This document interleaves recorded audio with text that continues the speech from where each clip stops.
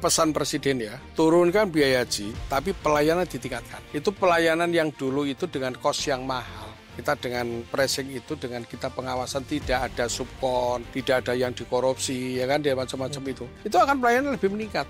Itu ternyata ada hal yang sangat mencengangkan dan menjadi ironi.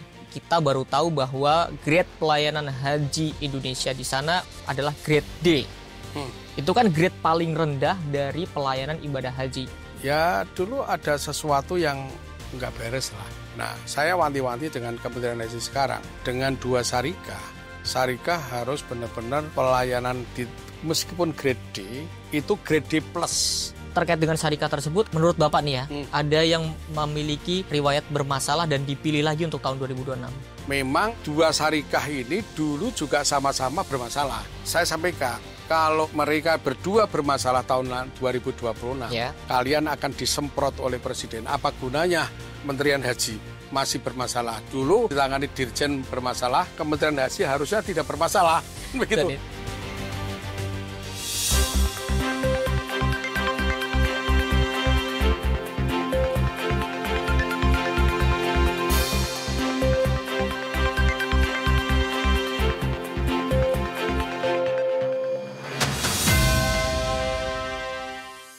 Pemirsa Kabar Nusantara, ada kabar baik bagi Anda yang akan melaksanakan ibadah haji di tahun 2026.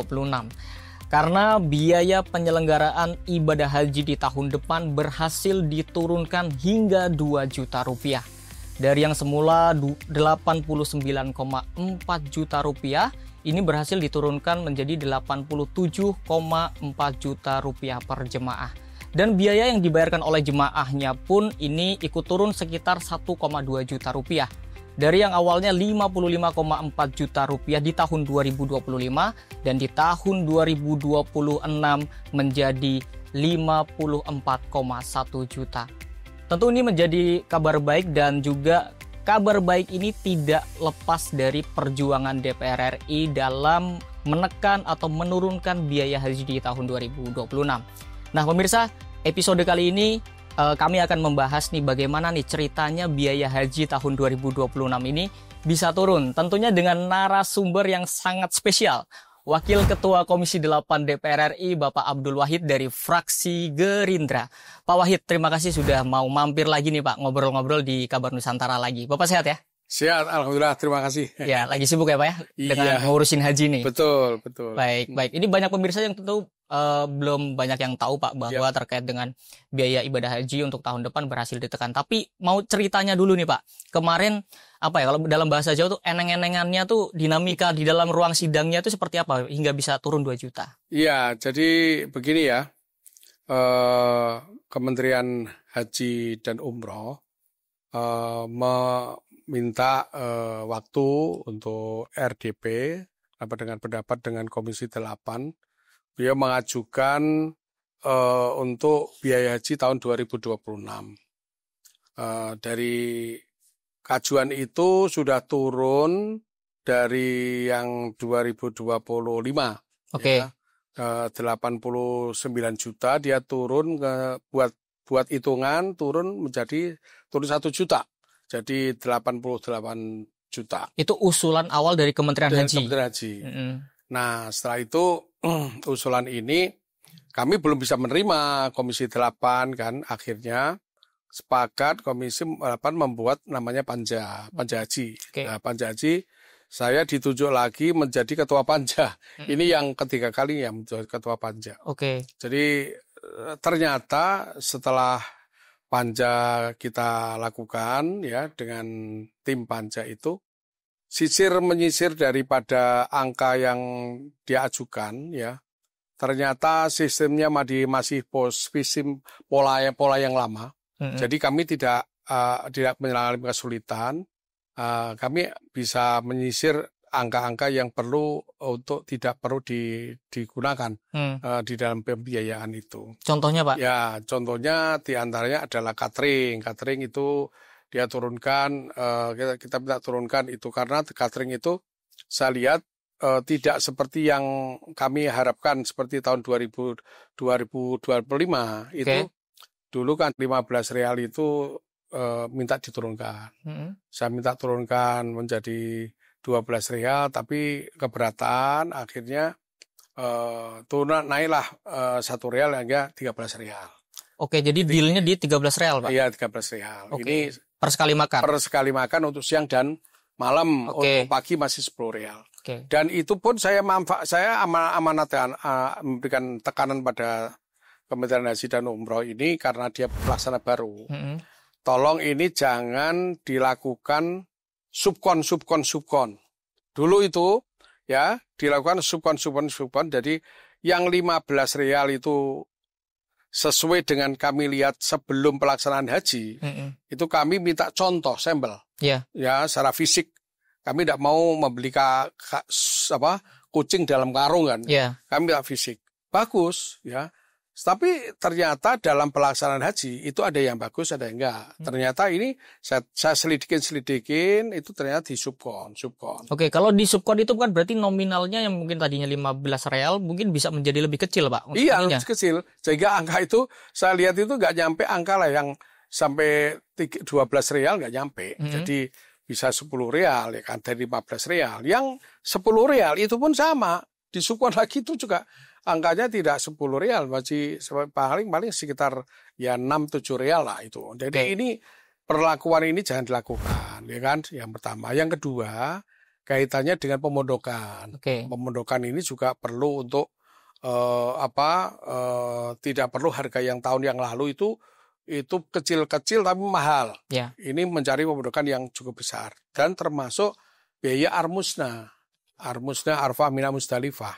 Itu juga perlu dikoreksi, diturunkan. Sama yang belum bisa itu pesawat. Pesawat belum bisa, Pak? Pesawat itu biaya yang paling tinggi di dalam biaya haji 30%-nya itu biaya pesawat itu. Pesawat itu masih 33 juta. Saya minta pesawat ini turun sampai ke 28 juta.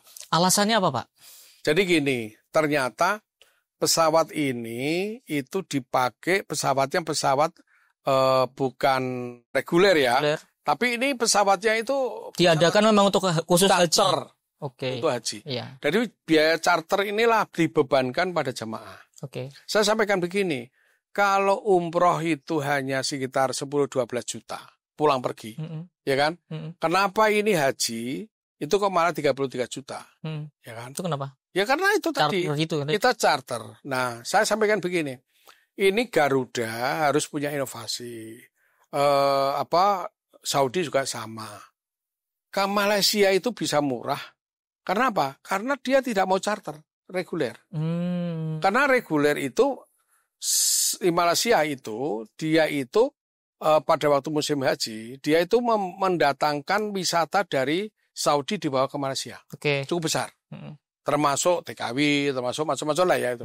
Nah, kenapa kita tidak buka seperti itu? Justru kalau kita buka wisata di sini, ke promosi wisata ke Arab Saudi, ke Timur Tengah, Menteri Pariwisata ini itu tugasnya Menteri Pariwisata mempromosi Timur Tengah untuk wisata ke Indonesia. Kita kan punya Bali, ya kita punya Labuan Bajo, kita punya Raja Ampat, kita punya tempat lain lah di Jawa ini banyak sekali ya. Di Sumatera kita ada Danau Toba kan itu.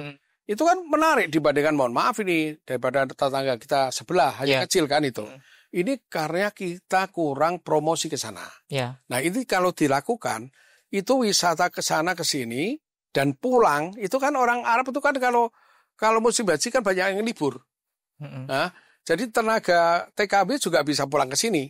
Nah, artinya ke sana penumpang haji, baliknya bawa penumpang wisata tadi. Berarti kan alasannya sebenarnya masih agak mirip-mirip dengan tahun lalu, Pak, bahwa kenapa biaya penerbangan ini masih mahal karena takut pulangnya itu nggak dapat kosong, Pak. Nah, tapi kan apakah memang benar kosong, Pak, atau memang ada hal-hal lain yang sebenarnya bisa menutupi itu? Jadi gini, tahun yang lalu itu benar kosong. Tapi saat pulang ya, itu Arab Saudi sudah membuka namanya umroh. Umroh lebih awal. Ya, tanggal 20 Dzulhijjah. Nah, haji selesai kan tanggal 15 Dzulhijjah, ya kan?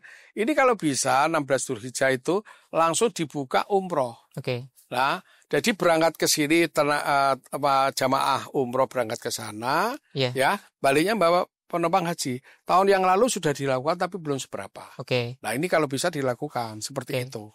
Nah termasuk dia kembalinya ke sana, termasuk orang-orang yang tadi yang wisata, ya kan? Itu. Nah ini akan menekan biaya cukup murah, tidak 33 juta, katakanlah sampai ke 20 juta. Ya kan? Masih mahal semestinya. 20 juta itu bisa pengurangan paling enggak 13 juta kan. Baik, berarti dari catering, dari pemondokan dan juga dari penerbangan. Penerbangan yang belum bisa diefisiensi Pak ya, belum bisa diefisiensi. Nah, pertanyaan saya adalah mungkin ekspektasi masyarakat dengan dibentuknya Kementerian Haji ini bisa menurunkan biaya ibadah haji ini secara signifikan Pak. Tapi ternyata hanya 2 juta. Apakah 2 juta ini sudah sesuai dengan anggota DPR pada saat itu dengan dibentuknya Kementerian Haji? Jadi sebenarnya yang saya terima instruksi dari Presiden tahun 2025 itu dari 93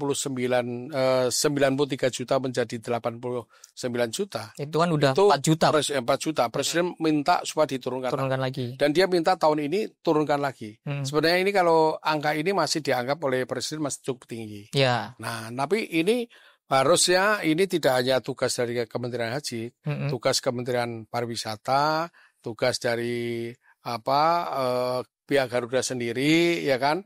Itu harus mempunyai cara bagaimana dia tidak melakukan pesawat ini tidak charter ya, tapi bagaimana itu reguler gitu. Dan termasuk ada lagi yang perlu untuk nanti saya sampaikan Kementerian Haji. Coba komunikasi dengan Kementerian Haji Arab Saudi, ya kan, terkait masa tinggal jamaah di Arab Saudi. Tidak 41 hari yang reguler. Tapi bagaimana cukup 31 hari. 20 hari di Mekah, 9 haji di Madinah, ya kan? Pulang pergi 2 hari. Itu memotong biaya haji yang cukup akomodasi ya dan pemondokan 10 hari. 10 hari. Dia kan lumayan, Pak ya. Lumayan. Dan Pak Wahid ini kebetulan menarik terkait dengan pemangkasan masa tinggal ya jemaah haji di Arab Saudi. Tapi tentunya pemirsa jangan kemana-mana, kami akan melanjutkan diskusi yang tentu masih sangat menarik ini. Tetaplah bersama Kabar Nusantara. BP 54 juta ini dia punya 25 juta, terus dia punya 2.700.000 virtual account selama 12 tahun ya kan. Itu ditambah living cost 33 juta. Itu jamaah haji tinggal bayar tambah 23 juta. Lebih ringan. Nah, kalau ini sampai itu tadi kita bisa urai semua, itu nanti nggak perlu jamaah haji nambah uang. Menarik nih Pak. Iya, nggak perlu nambah uang.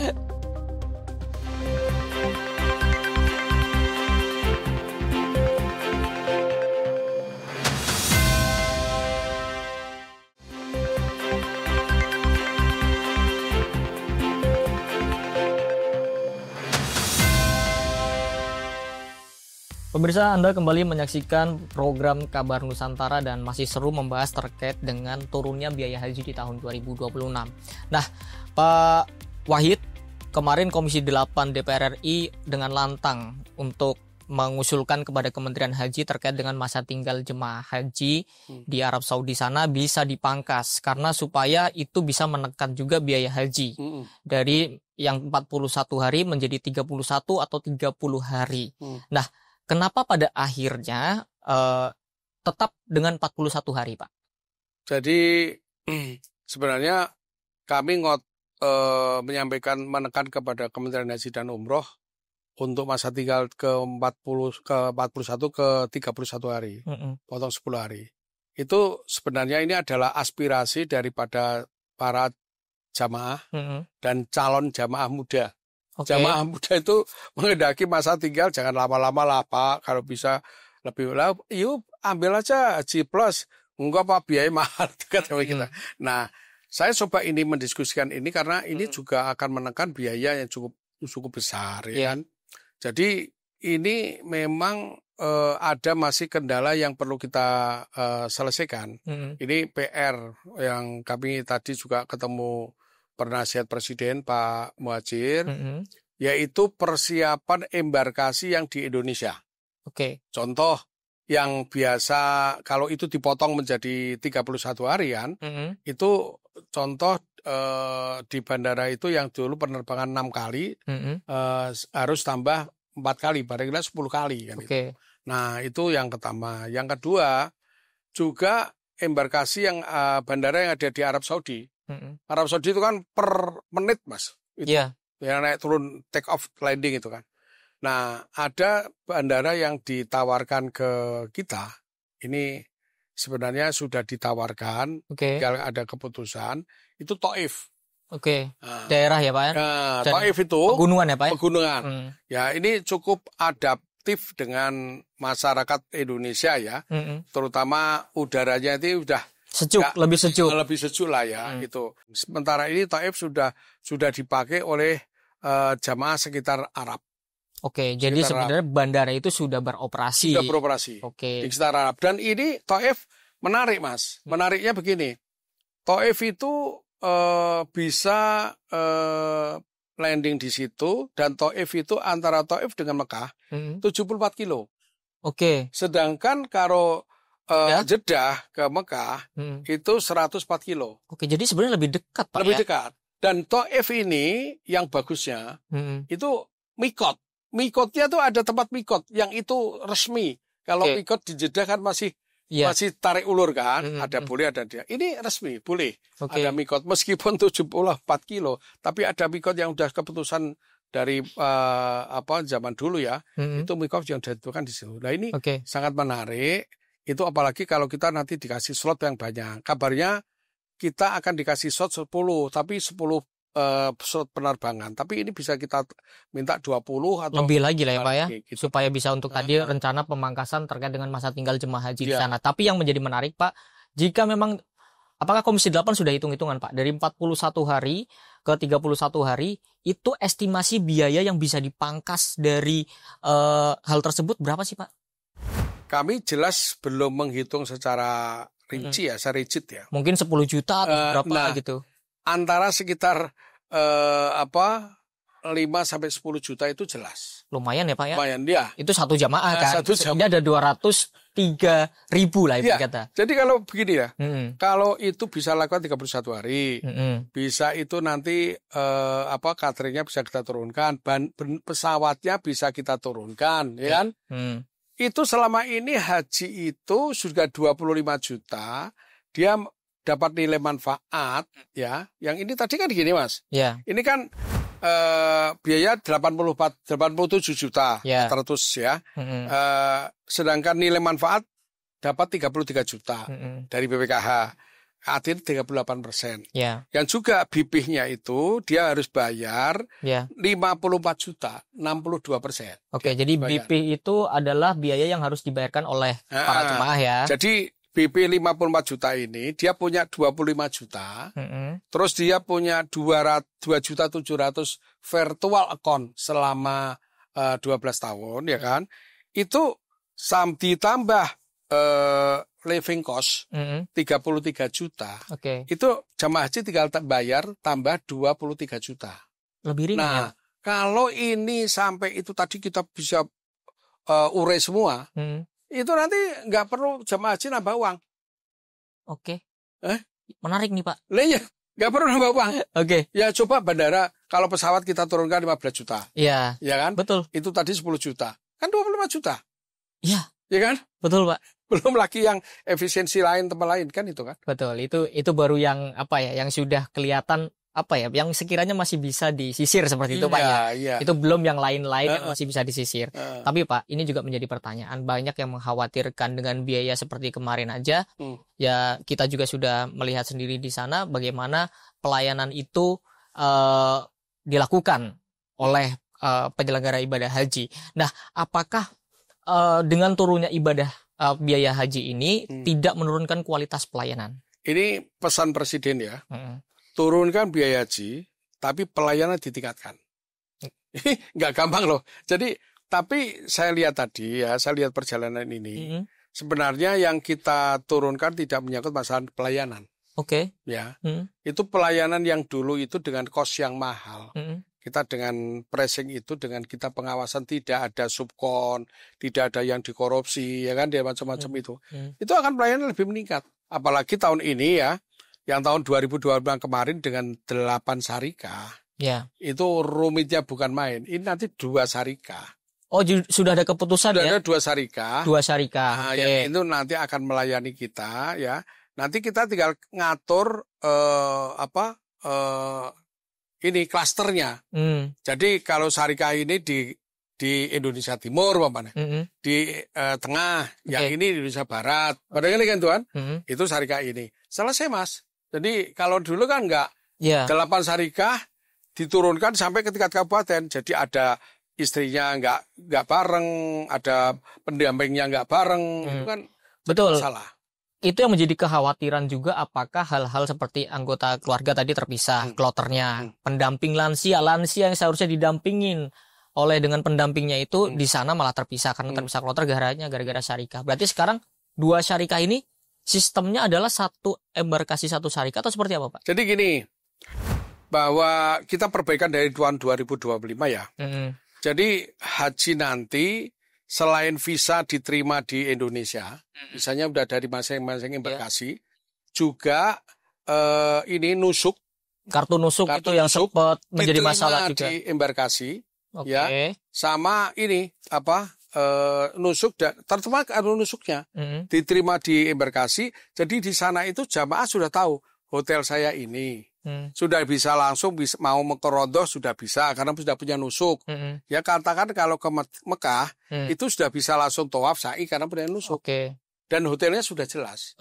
Kalau tahun yang lalu kan nusuk dibagi di sana sudah gitu beda syarikah.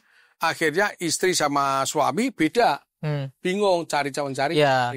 Nah, kita berbicara terkait dengan riwayat syarikah. Syarikah ini pemirsa kayak sebuah vendor ya Pak ya, yang vendor dari Arab Saudi Pak ya, dalam melayani ibadah haji Indonesia di sana. Nah, terkait dengan syarikah tersebut, apakah menurut Bapak nih ya, ada yang memiliki riwayat bermasalah dan dipilih lagi untuk tahun 2026?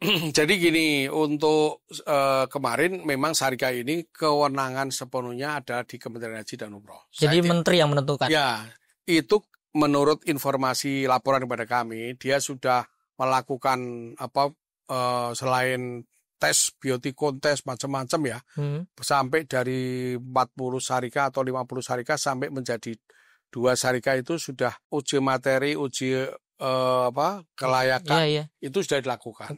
Memang di 2 syarikah ini dulu juga sama-sama bermasalah.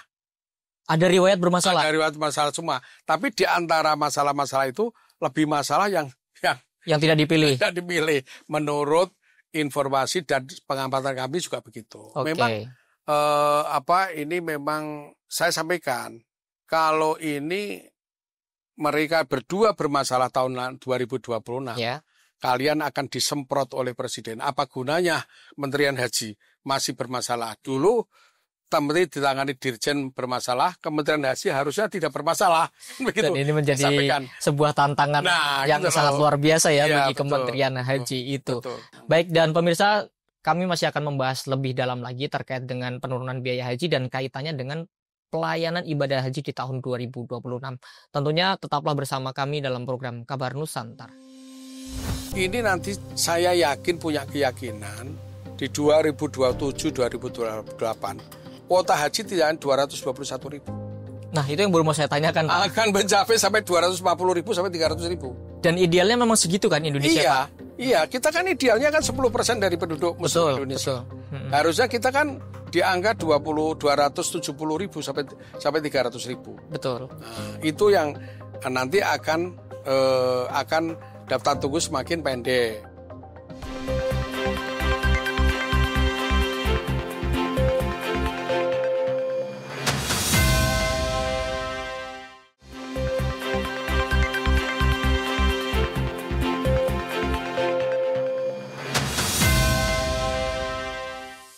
Terima kasih pemirsa, Anda masih menyaksikan Kabar Nusantara. Langsung saja Pak Wahid, karena memang berbicara tentang haji ini kan adalah isu yang terus bergulir dan sangat menarik untuk dibahas, bagaimana pelayanan dan sebagainya, apa yang diterima jemaah di sana di Arab Saudi khususnya.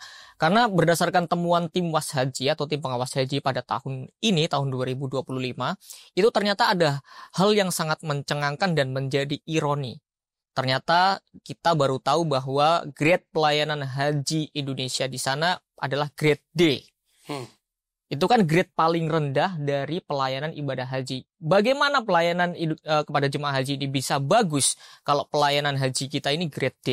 Nah, bagaimana memastikan dengan turunnya biaya haji pada tahun 2026 kita bisa mendapatkan grade yang lebih bagus? Memang benar. Jadi grade kita grade D ya. Yang tahun yang lalu ya. Itu terkait dengan biaya haji. Biaya yang pada waktu itu hanya 23.000 SAR atau berapa itu kan itu. Nah, ini itu memang apa ya? Ya dulu ada sesuatu yang nggak beres lah, ya kurang beres. Nah, saya wanti-wanti dengan Kementerian Haji sekarang dengan 2 syarikah, saya mohon syarikah ini, saya minta pada Kementerian Haji, syarikah harus benar-benar pelayanan meskipun grade D itu grade D plus. Tapi berarti tahun depan ini masih tetap grade D, Pak? Iya. Artinya gini, grade D tapi plus ya, grade D tapi plus. Jadi yang disampaikan kepada kami ya, dilaporkan kepada kami oleh Kementerian Haji, itu satu tenda di Mina maupun Arafah dan Mina itu tidak 0,8 cm, tapi 1 meter. Jadi bisa selonjor. Itu yang buat plusnya ya? Plusnya. Nah, saya masih belum puas. Kalau itu dibuat 1 meter, artinya zona 3 dan zona 4 yang biasa kita pakai, luasannya mesti tambah dong. Iya. Ya kan? Iya. Ya kan?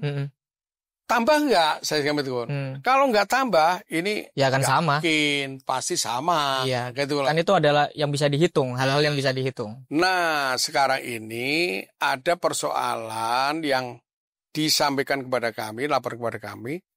Jadi Kementerian Arab Saudi menekankan kepada Kementerian Agama Indonesia itu untuk di Mina diminta yang 18.000 ya 19.000 itu ditempatkan di Mina Jadid.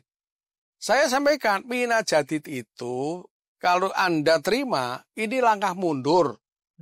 Karena apa? Mina Jadid itu jaraknya 10 jauh ya, Pak? kilo, sampai 10 kilo. Pulang pergi 20 kilo. Mau ke Jamarot, kan gitu kan. Jangan mau. Dan Mina Jadid menurut fatwa ulama ini masih bertentangan. Tidak sah. Nah, jadi apa yang harus kalian lakukan? Kan itu kan. Untuk memberikan pelayanan yang lebih baik. Kalau menurut saya sampaikan, saya sarankan syarikah diminta untuk mencari hotel yang di sekitar Sisa dan Rondo. Karena Sisa Rondo itu dari Jamarot Aqobah itu turun sudah sampai, Mas. Jadi itu bisa langsung dia balang dari Arafah, Musdalifah, Mina, balang langsung turun ke hotel. Ini Tanazul. Nanti balik lagi ke balang lagi. Lempar jumroh maksudnya, Pak ya? Nah, maksud saya ini solusi. Jangan dipakai. Kalau dipakai anggaran langkah mundur. Yang menjadi menarik, Pak, jemaah haji Indonesia itu kan menjadi yang terbesar sedunia. Tapi kenapa sih, Pak, kita nggak bisa naik grade? Atau memang harus biayanya lebih tinggi atau seperti apa? Ya, jadi memang kalau itu gini, Mas, coupling itu sudah ditentukan oleh Kidana namanya. Kidana yang menguasai Arafah, Musdalifah, Arafah, Mina, Musdalifah itu Kidana. Kidana itu BUMN Arab Saudi. Nah, itu memang karena kita terbesar, saya minta pada waktu itu lakukan lobby untuk ke zona 2. Tambah zona 2. Nah, Arab Saudi ini kan keberatan negara lain gimana gitu loh. Yeah. Ini persoalannya di situ, negara lain gimana, dia harus mengakomodir. Nah, saya minta bagaimana ini kalau bisa itu tetap di zona 34 tapi kualitasnya dinaikkan ya. Yang katakanlah tidak 0,8 1 meter. Ini juga masalah. Karena Mina itu ya terbatas itu saja. Betul. Terkungkum hanya di situ kan. Di situ aja dan tempatnya itu nggak bisa. Nah, saya sampaikan salah satu ini Danantara ke depan kalau bisa Mina itu ada investasi dari Danantara atau mencari investor. Mina itu tidak dipakai kemah. Tapi bangunan ke atas. Seperti apartemen seperti itu, Pak ya? Ya, bangunan ke atas, seperti 10 lantai lah. Cukup lantai. Dan di sana sudah ada dicoba kayak begitu. Nah, kita kalau seperti itu, ya, otomatis biaya kan dipakai untuk haji. Kan rugi. Bagaimana cara bisa nggak rugi? Umroh dilibatkan, ada seakan-akan dia melakukan mabit di Mina. Bukan haji tapi umroh. Kan dipersiapkan umroh kita kan 2 juta. Itu jadi perputaran juga di situ, Pak ya, supaya tidak rugi-rugi amat. Nah, ngomongin hal tersebut menarik juga terkait dengan obrolan pada episode yang sebelumnya kita membahas terkait haji juga, Pak, terkait dengan rencana Pak Prabowo menginginkan adanya kampung haji. Dan kemarin juga sepertinya Menteri sudah ke sana, Pak ya, sudah survei dan sebagainya. Nah, itu upgrade-nya seperti apa? Mungkin itu juga bisa menjadi salah satu faktor yang bisa menekan biaya haji. Jadi barusan saja saya rapat dengan penasihat Presiden Pak Muhadjir ya. Jadi semula Arab Saudi itu menyerahkan tanah sekitar 60 hektar ya kan. 60 hektar. Akan dibangun untuk di 100 tahun ya. Ternyata tanah ini yang mengharap itu 70 negara, Mas. Jadi termasuk Indonesia. Nah, Arab Saudi sekarang itu besok akan membuat semacam kayak lelang lah ya. Kayak semacam lelang itu akan nanti Indonesia mudah-mudahan lah minggu depan ini akan ada keputusan. Kita segera dipakai itu investasi sudah ada yang tentukan dan mudah-mudahan ini bisa terlaksana. Kita menjadi satu kawasan kampung haji di Arab Saudi. Ini kita harapkan begitu. Dan itu kalau sudah jadi kampung haji bisa kita menjawab menyangkut masalah pembiayaan lebih murah, ya kan? Pelayanan lebih baik. Karena kan terpangkas biaya pemondokan itu kan? Pasti itu nanti ke situ. Gitu. Pak, ada yang menarik juga terkait dengan banyak yang kemarin kebijakan dari Kementerian Haji terkait dengan daftar masa tunggu yang disetarakan menjadi 26 tahun. Nah, apakah dengan kebijakan ini menurut Bapak sudah cukup berkeadilan? Sedangkan kan masa tunggunya tiap daerah beda-beda seperti itu. Jadi ini rasa keadilan. Jadi benar. Jadi selama ini Majelis Ulama Indonesia itu mengkritisi kami di Komisi 8 dan mengkritisi BPKH. Kenapa yang daftar tunggu 45 tahun dengan daftar tunggu yang 10 tahun, 12 tahun dapat nilai manfaatnya sama? Itu haram itu, nggak boleh. Gitu. Jadi akhirnya Kementerian Haji dan Umroh ini mengatur supaya ada rasa keadilan. Yang daftar tunggu 45 tahun menjadi 26 tahun. Yang daftar tunggu 10 tahun menjadi 26 tahun. Yang daftar tunggu 15 tahun menjadi 26 tahun. Jadi akhirnya rata-rata memang ada yang dirugikan, ada yang diuntungkan. Tapi ini kalau setara nilai manfaatnya sama. Nah 26 tahun semua ini nanti akan kita para calon jamaah jangan resah. Ini nanti saya yakin punya keyakinan di 2027-2028 kuota haji tidak 221.000. Nah itu yang baru mau saya tanyakan, Pak. Akan mencapai sampai 240.000 sampai 300.000. Dan idealnya memang segitu kan Indonesia, Pak? Iya, kita kan idealnya kan 10% dari penduduk Muslim Indonesia. Harusnya kita kan di angka 270.000 sampai 300.000. Nah, itu yang nanti akan daftar tunggu semakin pendek. Dan nanti tahun 2029 itu ada pelaksanaan haji 1 tahun 2 kali. Di bulan Januari dan bulan Desember. Di tahun yang sama. Jadi bisa memperpendek juga antrian. Memperpendek lagi. Itu. Pak, ini juga berbicara terkait dengan sedikit lagi tentang kemarin kan pemerintah juga sudah melegalkan umroh mandiri. Apakah akan ada haji mandiri juga, Pak? Atau masih jauh? Jadi gini ya, kemauan Arab Saudi itu memang mau menghadirkan namanya umroh tidak hanya 2 juta sampai 5 juta. Haji juga sama, tidak hanya 2 juta sampai kalau perlu 5 juta, ya sampai 10 juta. Dan beliau sudah lakukan yang namanya umroh mandiri itu sudah dilakukan, Mas. Dia kayak belajar yang namanya backpacker. Ya, di sini kan ada itu. Jumat kita pulang kantor langsung ke Singapura. Ya, Minggu sore balik sini. Yang dia sudah lakukan Jumat sore jam 2 pakai Saudi terbang ke Madinah. Sampai Madinah jam 5 sore, Mas. Ya, selisih 4 jam, ya kan? Penerbangan 9 jam. Langsung ngerondoh. Habis rondoh langsung tidur 1 malam. Habis malam, pagi langsung pakaian niat umroh. Ya, mikot Bir Ali, naik kereta, langsung kereta jam 3 sore. Jam 4 sore sudah, jam 5 sore masuk di Mekah. Tawaf, sa'i, tahallul, sudah umroh. Besok balik ke Indonesia, Senin sudah bisa masuk kantor. Ini pengalaman masyarakat atau pengalaman Bapak nih? Bapak sampai hafal banget loh jam-jamnya ini. Ini yang sudah dilakukan itu, Mas. Nah, ini memang ada rencana seperti itu. Dia sudah buka umroh mandiri. Nah, umroh mandiri sudah kemauan sana, tapi yang perlu kita perhatikan adalah warga negara kita di negara lain, kaitannya keamanan, ya, kenyamanan. Ini kan diatur oleh undang-undang, Mas. Jadi bagaimana negara harus hadir di situ, mengetahui siapa yang mau berangkat. Ini namanya portalnya di situ. Haji juga sama. Sekarang itu kan pakai aplikasi kan sudah tahu.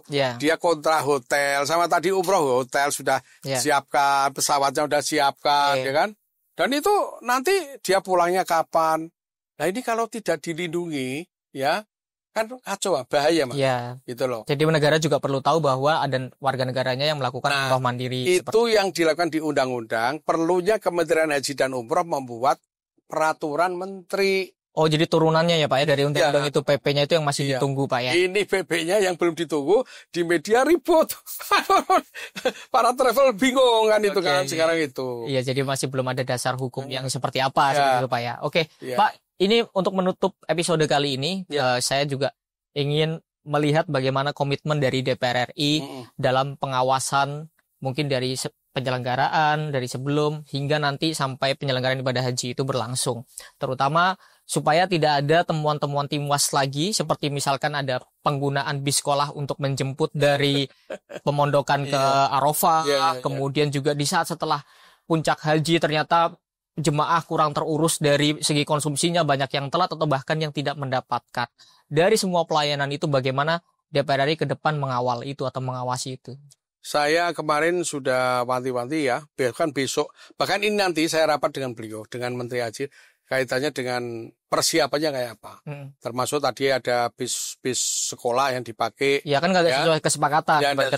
Termasuk ini juga catering rasa Indonesia, ini juga sama ya. Jadi tugas kami di DPR itu kan ada 3, Mas. 1 membuat undang-undang, yang 2 anggaran, yang 3 pengawasan. Jadi pengawasan ini melekat, ya harus kami lakukan benar-benar untuk kepentingan masyarakat, kepentingan calon jamaah haji, supaya di sana nyaman, aman, ya pulang dengan menyandang haji mabrur. Itu tujuan kami di situ. Jadi ini saya wanti-wanti pengalaman tahun 2025 kemarin yang benar-benar, di luar dugaan kami. Dan memang haji itu saya selama mengikuti 4 kali ya, memang setiap tahun selalu masalahnya beda-beda. Selalu beda-beda.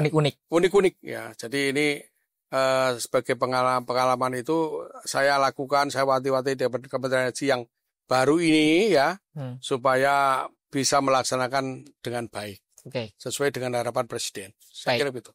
Terima kasih Pak Wahid Ya. sudah hadir dalam program Kabar Nusantara dan selamat melanjutkan aktivitas kembali setelah ini Pak ya. Terima kasih. Dan pemirsa TVR Parlemen, itulah diskusi terkait dengan bagaimana cerita DPR RI ini bisa menekan biaya haji hingga 2 juta dan diharapkan tentu ke depannya ini biaya haji bisa terus disisir dari berbagai sektor supaya bisa lebih ringan. Dan seperti tadi Pak Wahid katakan, ada yang menarik bahwa ke depan mungkin bisa jemaah ini tidak perlu menambah lagi untuk pelunasan dalam penyelenggaraan atau membayar ibadah haji. Tentunya pemirsa terus saksikan program serta kegiatan anggota DPR RI lainnya di TVR Parlemen. Anda dapat mengaksesnya di kanal YouTube kami maupun di website kami di tvrparlemen.dpr.go.id.